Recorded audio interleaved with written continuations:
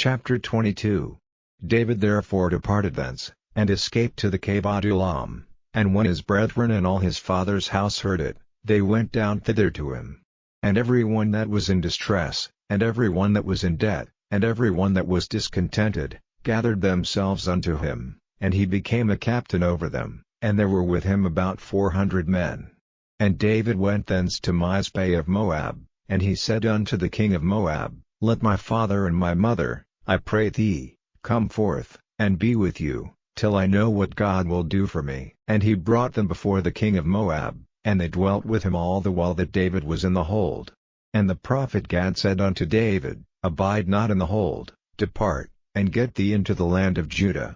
Then David departed, and came into the forest of Hareth. When Saul heard that David was discovered, and the men that were with him, now Saul abode in Gibeah under a tree in Ramah, having his spear in his hand, and all his servants were standing about him. Then Saul said unto his servants that stood about him, Hear now, ye Benjamites, will the son of Jesse give every one of you fields and vineyards, and make you all captains of thousands, and captains of hundreds, that all of you have conspired against me? And there is none that showeth me that my son hath made a league with the son of Jesse? And there is none of you that is sorry for me, or showeth unto me that my son hath stirred up my servant against me, to lie in wait, as at this day? Then answered Doeg the Edomite, which was set over the servants of Saul, and said, I saw the son of Jesse coming to Nob, to Ahimelech the son of Ahitub.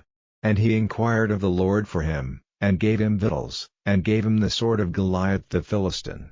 Then the king sent to call Ahimelech the priest, the son of Ahitub, and all his father's house, the priests that were in Nob, and they came all of them to the king.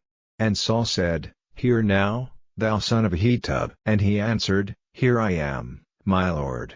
And Saul said unto him, Why have ye conspired against me, thou and the son of Jesse, in that thou hast given him bread, and a sword, and hast inquired of God for him, that he should rise against me, to lie in wait, as at this day? Then Ahimelech answered the king, and said, And who is so faithful among all thy servants as David, which is the king's son-in-law, and goeth at thy bidding, and is honorable in thine house? Did I then begin to inquire of God for him? Be it far from me, let not the king impute anything unto his servant, nor to all the house of my father, for thy servant knew nothing of all this, less or more. And the king said, Thou shalt surely die, Ahimelech, thou, and all thy father's house. And the king said unto the footmen that stood about him, Turn, and slay the priests of the Lord, because their hand also is with David, and because they knew when he fled, and did not show it to me. But the servants of the king would not put forth their hand to fall upon the priests of the Lord. And the king said to Doeg, Turn thou, and fall upon the priests. And Doeg the Edomite turned, and he fell upon the priests, and slew on the day 85 persons that did wear a linen ephod. And Nob, the city of the priests, smote he with the edge of the sword, both men and women, children and sucklings, and oxen, and asses, and sheep, with the edge of the sword.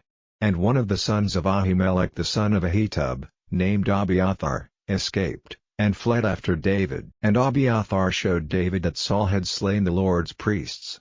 And David said unto Abiathar, I knew it that day, when Doeg the Edomite was there, that he would surely tell Saul, I have occasioned the death of all the persons of thy father's house. Abide thou with me, fear not, for he that seeketh my life seeketh thy life, but with me thou shalt be in safeguard.